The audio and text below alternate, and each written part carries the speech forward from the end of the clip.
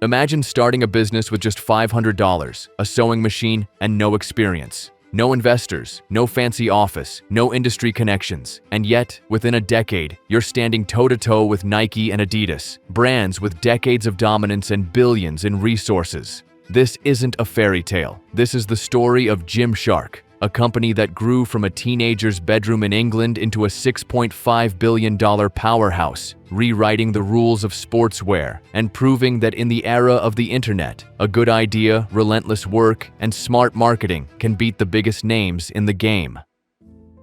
Chapter 1. A teenager's boring job and big idea. In 2012, Ben Francis was 19 years old, living in Bromsgrove, a small town in the UK. He wasn't an athlete endorsed by big brands. He wasn't a business graduate. In fact, he was delivering pizzas part-time for £5 an hour to make extra cash. But Ben had two obsessions: fitness and technology. He was spending hours at the gym every week and even more hours watching YouTube videos about working out. And he noticed something. Fitness influencers were growing in popularity, but their clothing wasn't. Gym gear was either too expensive, too boring, or designed for hardcore bodybuilders rather than the new wave of young fitness fans. Ben saw an opening: stylish, functional gym wear that appealed to regular fitness enthusiasts, not just elite athletes. Chapter 2. $500, a sewing machine, and YouTube University. The problem? Ben had no experience in clothing design or manufacturing. The solution? YouTube tutorials. Using the money he saved from delivering pizzas, around $500, Ben bought a screen printer and a sewing machine. He didn't hire designers, he didn't outsource. Instead, he taught himself how to sew, cut patterns, and print logos by watching hours of free tutorials online.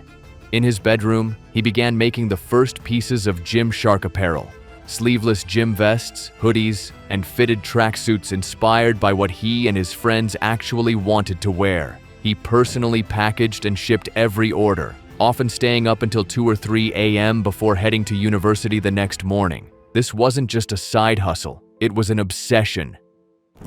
Chapter 3. From selling supplements to selling clothes. Interestingly, Gymshark didn't start as a clothing brand at all. Ben's first idea was to sell supplements online, but the margins were tiny and competition was brutal.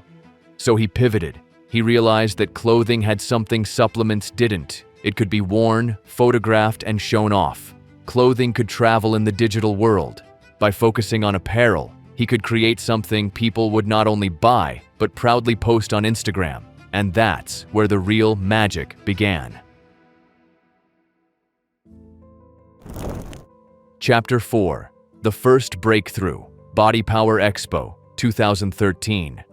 In 2013, Gymshark scraped together enough money to rent a tiny stand at the Body Power Expo in Birmingham, one of the UK's biggest fitness events. They took their self-made clothes, some boxes of stock, and zero expectations. But something happened that weekend. Crowds gathered around their booth. People wanted to buy. Influencers wanted free gear. And soon their online store, built in Shopify, was flooded with orders. By the end of that weekend, Gymshark had sold out completely. This was the turning point. Chapter 5. The Instagram Army. Most brands at the time still relied on magazine ads, billboards, and celebrity endorsements. Gymshark couldn't afford that, so instead they turned to Instagram, and specifically to fitness influencers who had loyal followings but weren't yet being chased by big brands. Ben and his team sent Gymshark gear to these influencers for free. In return, they'd post photos wearing the clothes, tag Gymshark, and link to their website. The results were explosive. Young gym goers saw people they admired wearing Gymshark and wanted in. Sales skyrocketed, not because of expensive ads, but because Gymshark understood the new digital playground better than their competition. Chapter 6. Building a tribe, not just a brand. Nike had Just Do It. Adidas had Impossible is Nothing. Gymshark had something different, a community. They didn't just sell clothes, they sold belonging. Every Gymshark post, pop-up event, and product launch made customers feel like they were part of an exclusive fitness movement. Their Instagram wasn't just product photos. It was lifestyle content, workout tips, motivational quotes, and behind-the-scenes peeks at athletes' lives. Gymshark athletes weren't unreachable celebrities. They were relatable, friendly, and engaging. The result? A tribe of loyal fans who would camp outside stores and crash websites on launch days. Chapter 7. Scaling without losing the soul. Growth came fast, almost too fast. From 2013 to 2016, Gymshark's revenue exploded, and Ben faced the classic founder's dilemma: how to scale without losing what made the brand special. He hired designers, marketers, and supply chain experts to professionalize operations. But he also made a bold move for a founder his age. In 2015, Ben stepped down as CEO.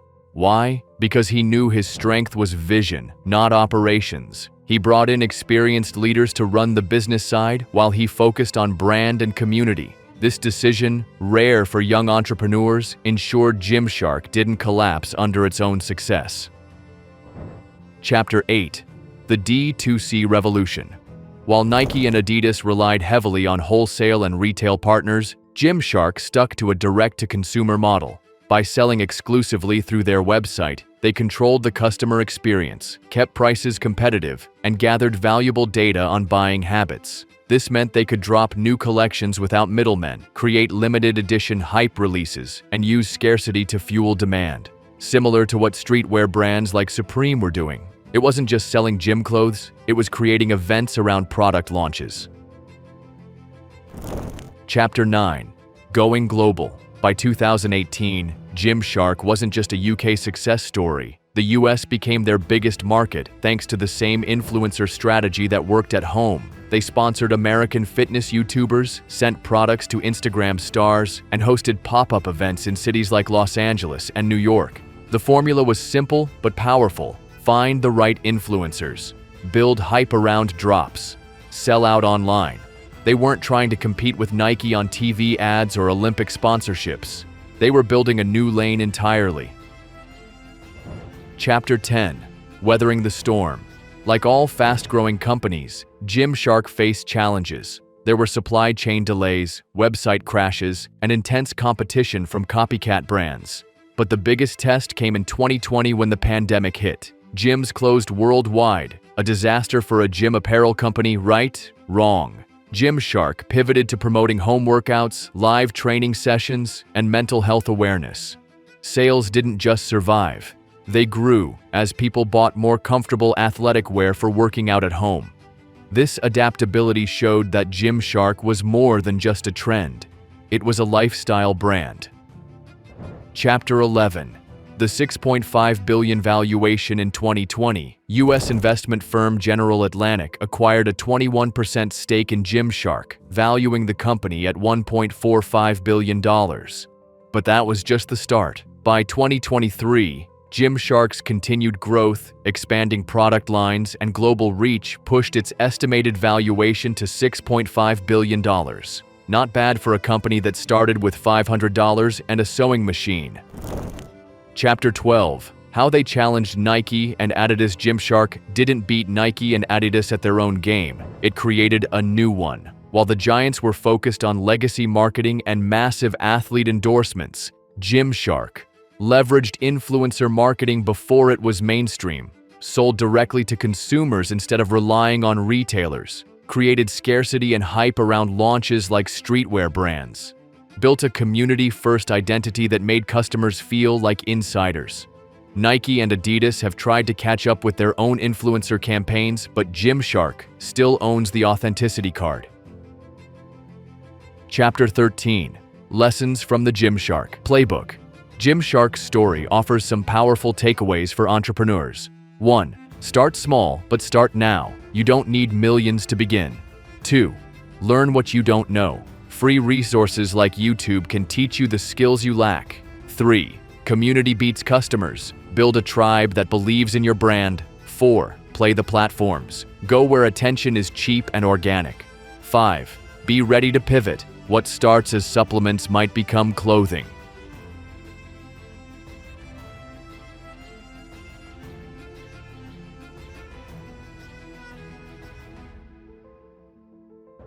Chapter 14. The Future of the Shark. The journey isn't over. Gymshark is expanding into physical retail, opening flagship stores, and exploring new categories like accessories and performance gear. They're also facing new challenges: competitors who have copied their model, shifting social media algorithms, and the need to innovate to keep their loyal community engaged. But if the past decade is any indication, Gymshark thrives on turning challenges into opportunities.